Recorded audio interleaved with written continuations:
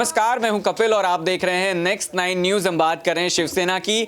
अगर चुनाव चिन्ह की बात करी जाए शिवसेना के, तो इसको लेकर चुनाव आयोग में लगातार सुनवाई चल रही है और फिलहाल ये फैसला नहीं हो पा रहा है कि जो चुनाव चिन्ह है वो उद्धव ठाकरे के पास जाएगा या एकनाथ शिंदे के। अगर एकनाथ शिंदे की बात करी जाए तो वो लगातार ये दावा कर रहे हैं और ये दम भरते हुए भी नजर आ रहे हैं कि शिवसेना उनकी है, क्योंकि वो हिंदुत्ववादी सोच के साथ चल रहे हैं और इसी को लेकर कहीं ना कहीं उन्होंने बड़ा बयान भी दिया था कि सरकार भी मैंने इसी के चलते गिराई थी।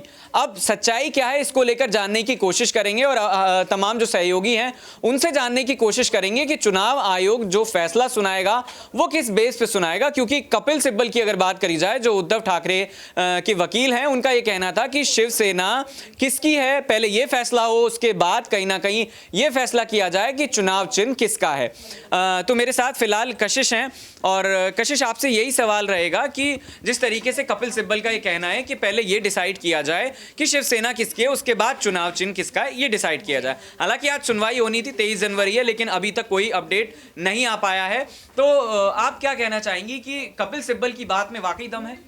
देखिए, यहाँ पर तारीख पे तारीख लगातार दी जा रही है और हम देख ही रहे हैं, फरवरी के महीने तक भी बात पहुँच गई है और जून का ये महीना था, जून 2022 का। उसके बाद अब देखिए ये फरवरी शुरू होने वाले महज कुछ दिनों में।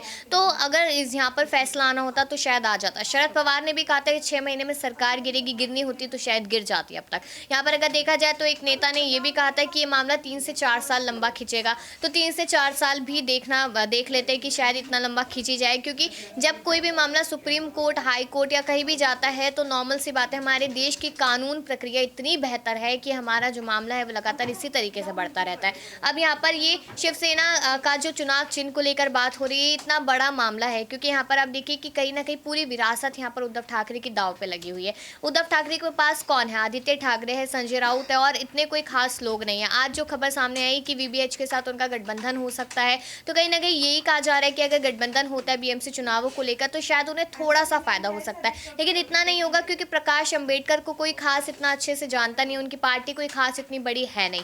अब यहाँ पर देखा जाए तो एकनाथ शिंदे ने भी दूसरी पार्टी के साथ, रिपब्लिकन पार्टी के साथ यहाँ पर गठबंधन किया था। उस पार्टी को सभी लोग जानते हैं, तो एकनाथ शिंदे को तो चारों तरफ से कहीं ना कहीं फायदा देखने को मिल रहा है। तो चुनाव आयोग का फैसला कब तक आएगा, इंतजार किया जा रहा है और इंतजार हर किसी को है यहाँ पर। लेकिन ये नहीं कहा जा सकता कि एकनाथ शिंदे के पक्ष में होगा या उद्धव ठाकरे के पक्ष में होगा, लेकिन उद्धव ठाकरे गुट यहाँ पर उम्मीद लगा के बैठा है कि शायद कहीं ना कहीं उनके पक्ष में ही फैसला आता नजर आए। बिल्कुल, उद्धव ठाकरे इस उम्मीद में लगा हुआ है कि शायद उनके हक में फैसला आ जाए। लेकिन जिस तरीके से 16 विधायकों की अगर अयोग्यता की बात करी जाए तो ये भी मामला जो है वो कोर्ट में चल रहा है। क्या इससे भी चुनाव चिन्ह को लेकर जो फैसला चुनाव आयोग सुनाएगा वो किसी भी तरह से अफेक्ट हो सकता है? देखिए, ऐसा अभी कहा नहीं जा सकता है क्योंकि सिर्फ और सिर्फ ये बातें अभी कयासों के आधार पर ही कही जा रही है। यहाँ पर महाराष्ट्र का माहौल कुछ ऐसा बन चुका है कि यहाँ पर जनता सफ़र कर रही है, क्योंकि जनता का ये कहना है साफ तौर पे कि हमने तो यहाँ पर एकनाथ शिंदे को पसंद ही नहीं किया था या हमने तो उन्हें मुख्यमंत्री ही नहीं बनाया था। और कैबिनेट के विस्तार को लेकर भी यहाँ पर लगातार दिक्कतें देखने को मिल रही है। पहला विस्तार हो गया, अच्छे खासे जो पद थे वो देवेंद्र फडणवीस ने अपने खेमे में ले लिए, बचे कुछ एकनाथ शिंदे को दे दिए। तो कुछ खबरें तो ये भी सामने आ रही थी कि ऐसा तो नहीं कि चुनावों से पहले शिंदे और फडणवीस अलग होते नजर आए, क्योंकि दोनों ही अलग होते हैं तो दोनों को ही नुकसान कहीं ना कहीं होता नजर आएगा। उसका फायदा उद्धव में भी उठा भी सकते और नहीं भी, क्योंकि इतने स्ट्रांग नहीं है उद्धव। तो बात यही आ जाती है घूम फिर के कि चुनाव चिन्ह किसी को भी देना और कोई अगर पार्टी से बगावत करता है और आप उसको दे दे तो कोई मतलब नहीं बनता है। मेरी राय जो है, कहीं ना कहीं आपको पूरी तरीके से सोचना चाहिए कि आखिरकार डिजर्व कौन करता है, क्योंकि यहाँ पर लिखित तौर पे भी उनसे सबूत मांगे गए थे, अभी तक वो पूरी तरीके से पेश नहीं हो पाया दोनों ही तरफ से। भले ही उद्धव ठाकरे ज़्यादा दे रहे, क्योंकि नॉर्मल सी बात है कि शुरुआत से पार्टी संभाल रहे तो उनके पास तो सारी चीज़ें होगी और एकनाथ शिंदे के पास इतना कुछ नहीं है। तो ये भी कहीं ना कहीं इस पर भी जाँच पड़ताल होगी, सुनवाई होगी और अभी तो मामला ही कम से कम और साल शायद खिंच सकता है। बिल्कुल, तो बीएमसी चुनाव और लोकसभा चुनाव से पहले इस फैसले की आने की जो उम्मीद है वो काफ़ी कम है। बिल्कुल यही कहा जा सकता है कि बीएमसी चुनावों में एक उम्मीद है यहाँ पर उद्धव ठाकरे को कि शायद हम बीएमसी चुनावों में कहीं ना कहीं जीत हासिल करते नजर आए। ये पहले भी उम्मीद थी, क्योंकि जो सांसद जीते थे वहाँ से, विधायक जो भी वो लोग थे, तो कहीं ना कहीं पहले उद्धव के साथ थे, लेकिन अभी रिसेंटली वो लोग भी शिंदे के पक्ष में चले गए। तो कहाँ से यहाँ बीएमसी चुनाव में जीत हासिल होगी? इन सवालों का जवाब देने के लिए बहुत बहुत शुक्रिया।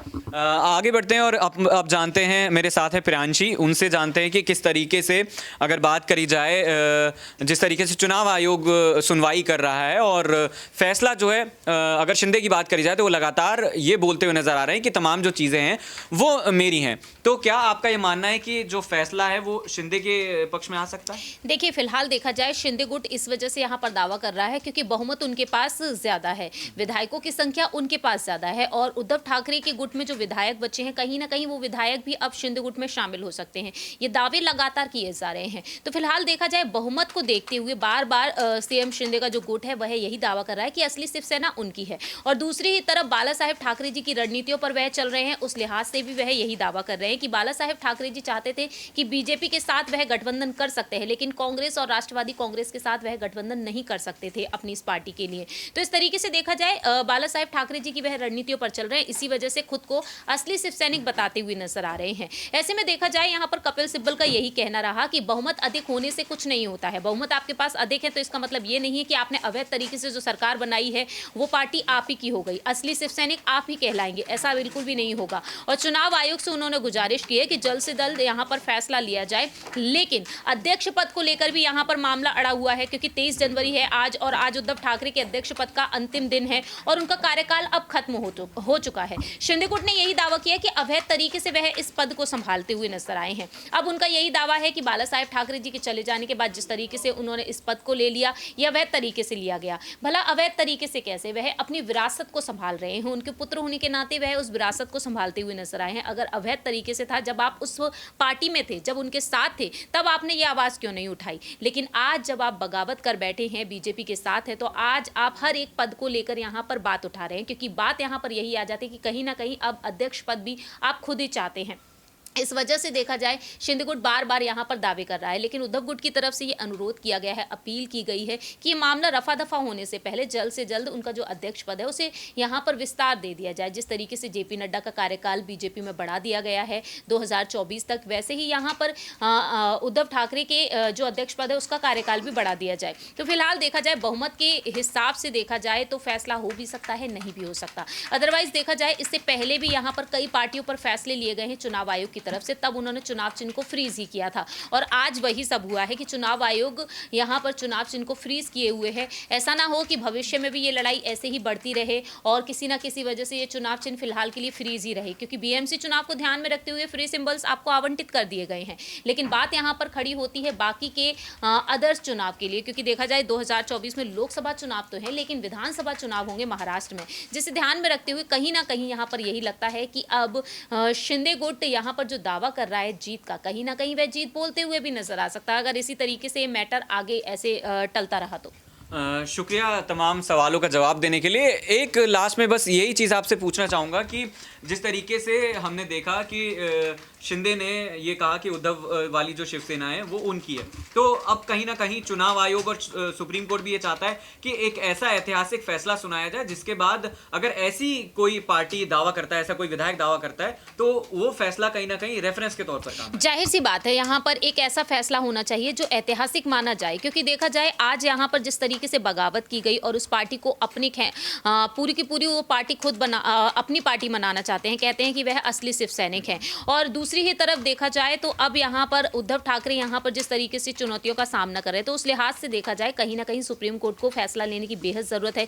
इसी वजह से यहाँ पर देरी की जा रही है। पहले 5 जजेस रहे, आज 7 जजेस हो चुके हैं और बार बार यहाँ पर तारीखें बढ़ाई जा रही हैं। 14 फरवरी के दिन ये कहा जा रहा है कि 16 विधायकों की अयोग्यता पर फैसला सुनाया जा सकता है। उनकी अयोग्यता पर फैसला बहुत ही सटीक होना चाहिए, क्योंकि देखा जाए तो अगर यहाँ पर फैसला सटीक होता है, एकनाथ शिंदे का नाम भी उसमें शामिल है, अगर एकनाथ शिंदे की अयोग्यता जाती है तो जाहिर सी बात है सीएम पद से उन्हें इस्तीफा भी देना पड़ सकता है।